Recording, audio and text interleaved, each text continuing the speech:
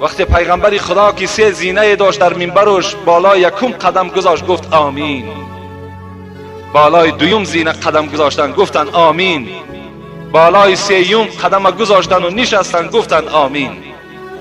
فلما نزل، وقتی رسول اکرم میگه خطبه را خواندن، پایان شدن از خطبه، قلنا یا رسول الله، همه کسا گفتیم پیغمبر خدا، سمعنا منك اليوم شيئا ما كنا نسمعه.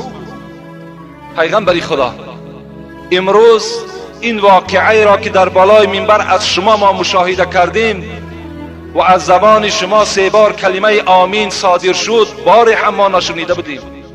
چی بود؟ برای چی دعا کردیم؟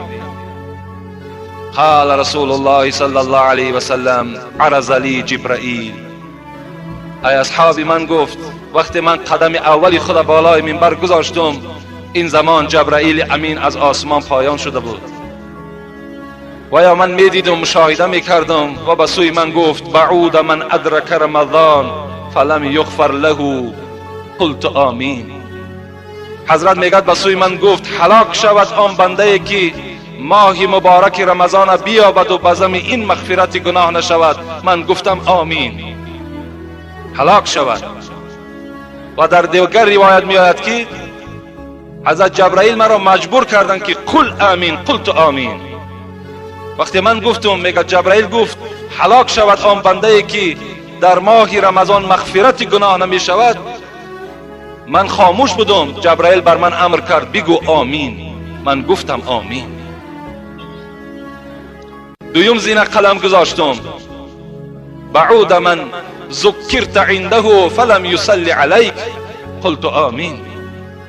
دویم زینه وقتی من قدم گذاشتم، به سوی من گشت و گفت هلاک شود آن بنده ای که وقتی نام پاکی تو محمد در نزد اونها ذکر می شود و اونها بر تو صلوات نمی فرستند. هلاک شود. من گفتم آمین. در سوم قدم مبارکی که من گذاشتم، جبرائیل بر من عرض کرد بعود من ادرک ابویه الکبر عنده احدهما فلم یدخلاه الجنه.